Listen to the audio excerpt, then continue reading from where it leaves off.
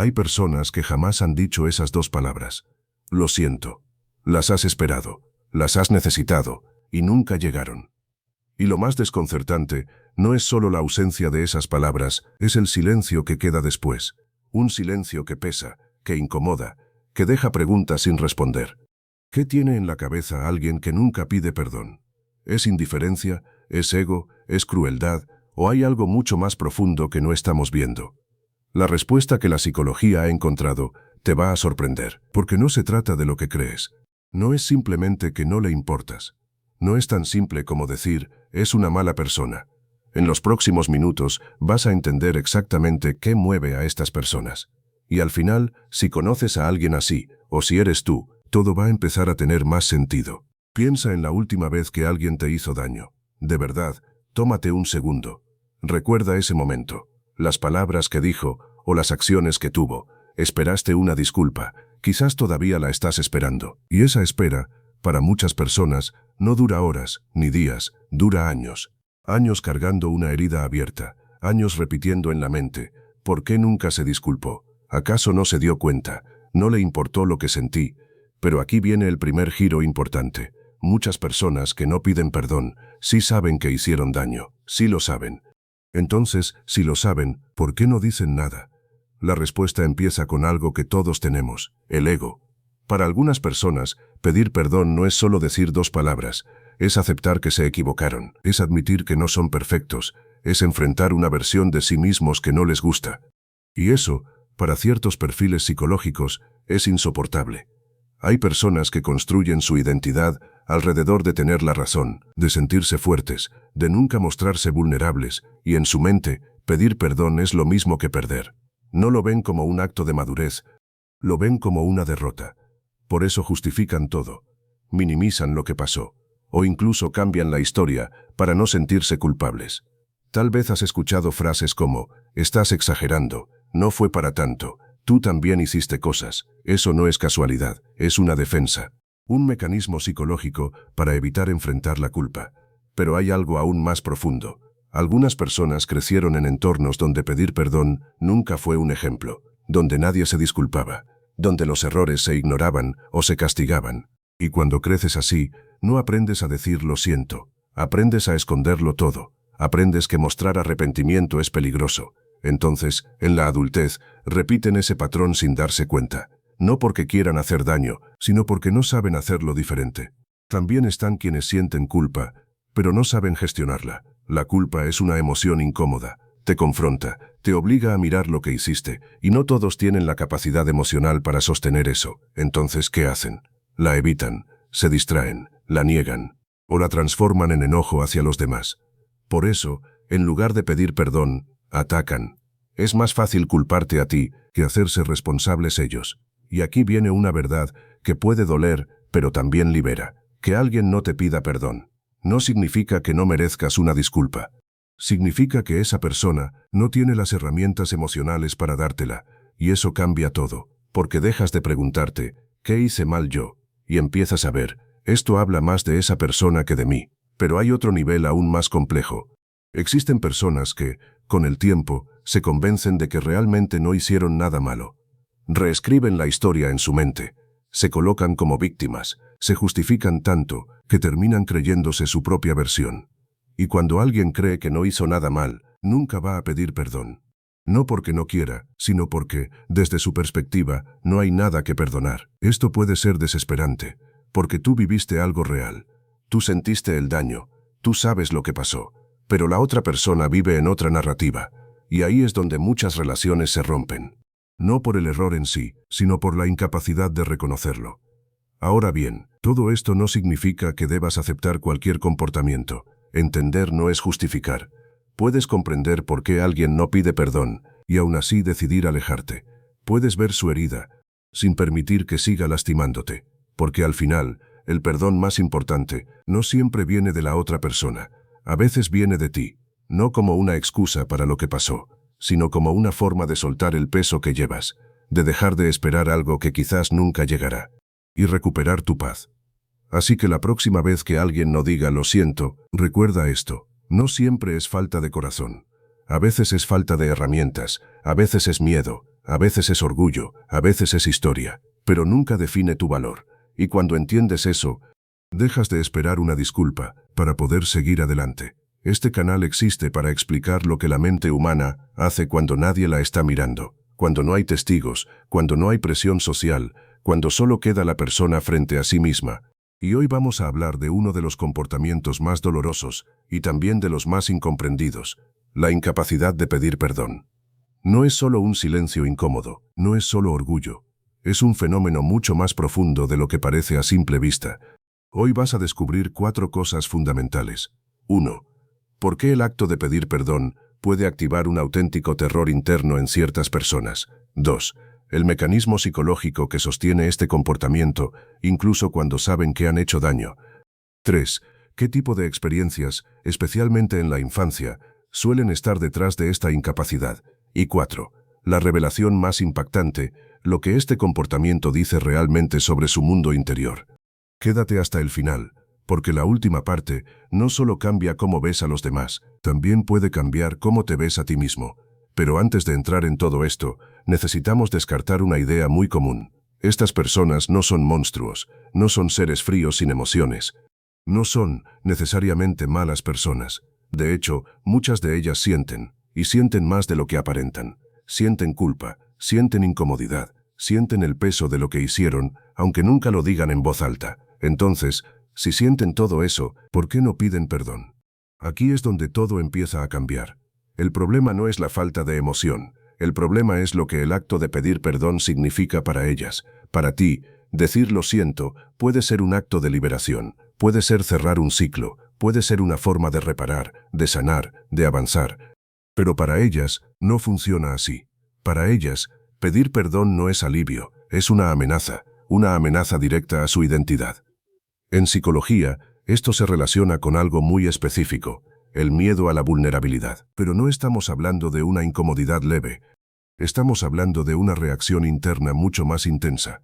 Para ciertas personas, admitir un error no es simplemente reconocer una acción equivocada. En su mente, es algo mucho más radical. Es una exposición total. Es como si al decir me equivoqué, también estuvieran diciendo, no soy suficiente, no valgo, hay algo mal en mí.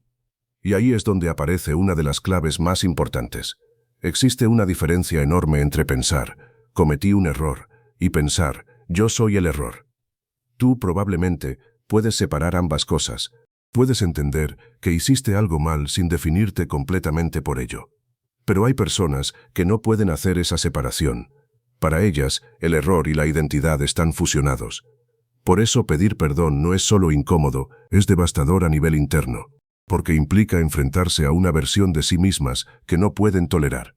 Y cuando una emoción es tan intensa que la mente no puede procesarla, aparecen los mecanismos de defensa, negación, justificación, minimización, incluso ataque, no porque quieran herir, sino porque están intentando protegerse de algo que, para ellas, se siente como una amenaza emocional real.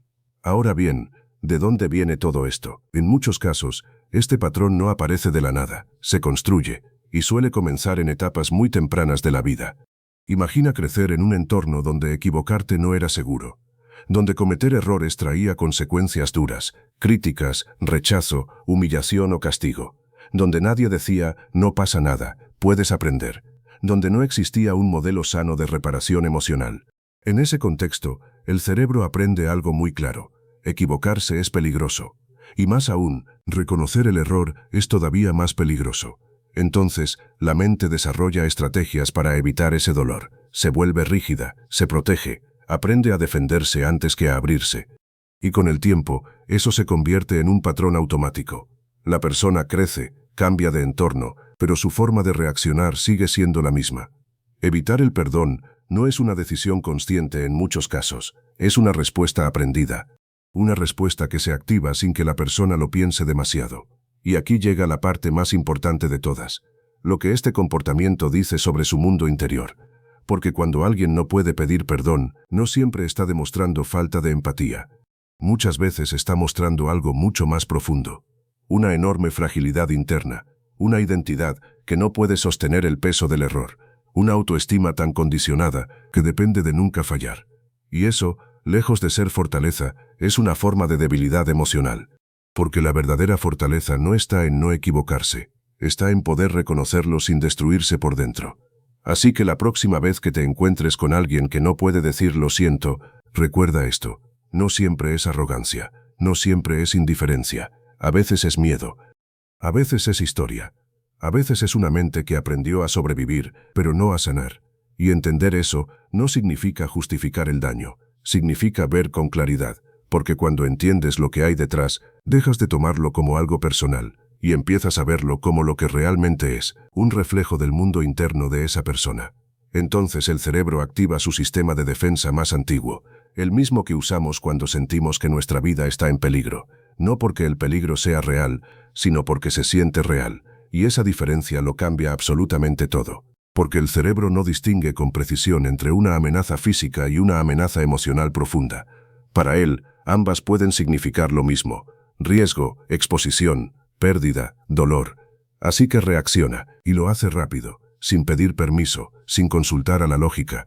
Activa el modo supervivencia. Si sigues aquí es porque alguien en tu vida hace esto, o porque, en el fondo, algo de lo que estás escuchando te incomoda, porque te describe más de lo que quisieras admitir. Y eso está bien, porque lo que viene ahora es lo más importante. Los psicólogos identificaron un patrón llamado defensa narcisista del ego. Pero antes de que saques conclusiones, hay algo que debes entender. No estamos hablando necesariamente de narcisismo clínico, no estamos etiquetando personas como narcisistas en el sentido extremo. Estamos hablando de una estructura defensiva, de una armadura mental, de un sistema que la mente construye, muchas veces desde muy temprano, para no colapsar bajo el peso de ciertas emociones. Es, en esencia, una forma de proteger la identidad. Funciona así. Cuando algo amenaza la imagen que una persona tiene de sí misma, cuando siente que su valor, su dignidad o su yo están en juego, se activan una serie de mecanismos automáticos. No son decisiones conscientes, no son estrategias planeadas, son reflejos. El primero, racionalización. La mente empieza a construir explicaciones que la protejan. Yo tenía razón. No fue tan grave. Actué así por una razón válida. Aquí no se trata de encontrar la verdad, se trata de aliviar la incomodidad interna. El segundo, proyección. El foco se mueve hacia el otro. ¿Y tú qué? ¿Por qué yo tengo que pedir perdón si tú también fallaste? Esto no es solo mi culpa. Es un desplazamiento emocional, una forma de repartir el peso para no cargarlo completamente. El tercero, minimización. Se reduce el impacto de lo ocurrido. No fue para tanto. Estás exagerando. Eres demasiado sensible.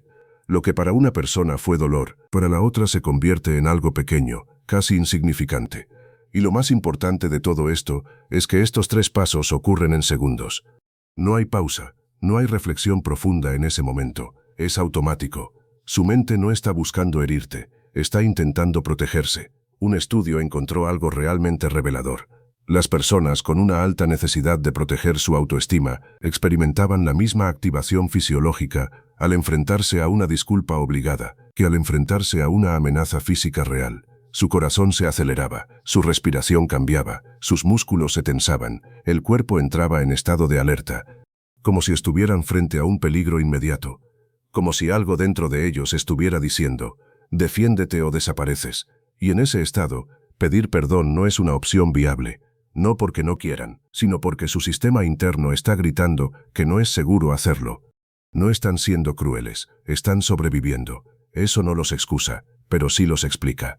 Ahora viene la parte que más incomoda, la que muchas personas prefieren no mirar, porque toca algo que no eligieron, algo que ocurrió mucho antes de que tuvieran herramientas para entenderlo o defenderse. ¿Dónde aprendieron a no disculparse?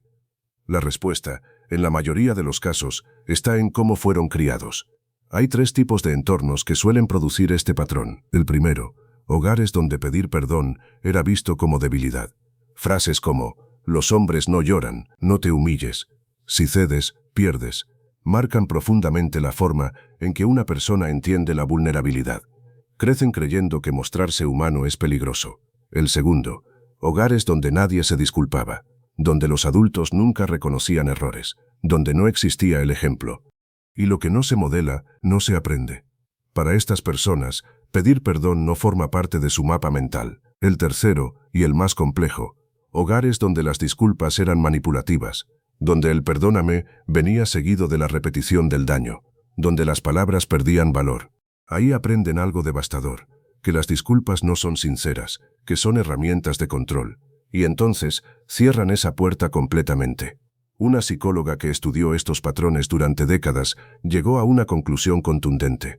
Las personas que no pueden disculparse, en muchos casos no eligieron ser así. Fueron moldeadas, condicionadas, empujadas hacia ese lugar. Y eso duele escucharlo. Duele para quienes han sido heridos y también, en algún nivel, para quienes viven atrapados en ese patrón. Porque todo lo que has leído hasta ahora tiene un hilo en común. Un secreto que casi nunca se ve desde afuera.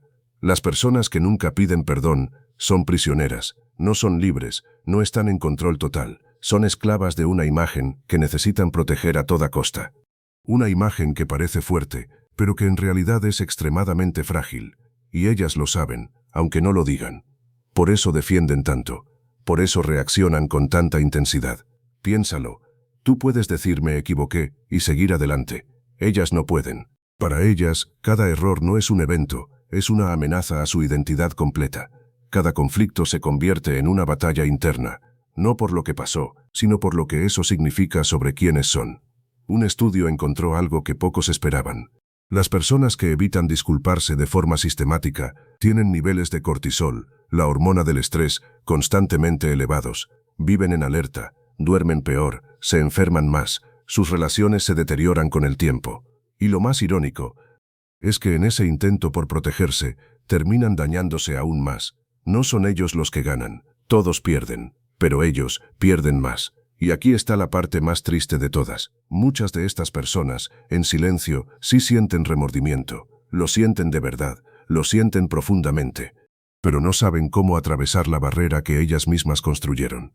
Han levantado tantos muros para protegerse que ahora están atrapadas dentro de ellos.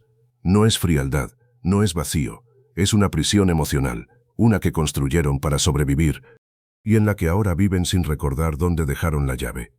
Hoy aprendiste que las personas que nunca piden perdón no son simplemente egocéntricas, son personas que aprendieron, desde pequeñas, que la vulnerabilidad es peligrosa, que admitir un error significa confirmar que son defectuosas, y que su mente ejecuta mecanismos automáticos de defensa para sobrevivir emocionalmente.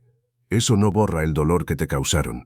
Ese dolor es real y es válido, pero entender el porqué cambia la conversación que tienes contigo mismo. Hay una pregunta que quiero dejarte antes de cerrar. ¿Y si la disculpa que estás esperando nunca llega? La psicología tiene una respuesta para eso también. El perdón más poderoso no es el que das a alguien que lo pidió, es el que te das a ti mismo, por haber esperado tanto, por haber merecido más. Eso no es rendirse, es liberarse. Si este video llegó en el momento correcto, compártelo con alguien que lo necesite. No tienes que escribirle nada. Solo envíaselo. A veces un video dice lo que nosotros no podemos. Y si quieres seguir entendiendo por qué las personas hacen lo que hacen, suscríbete. Cada semana hay un nuevo comportamiento que vale la pena descifrar. Hasta la próxima.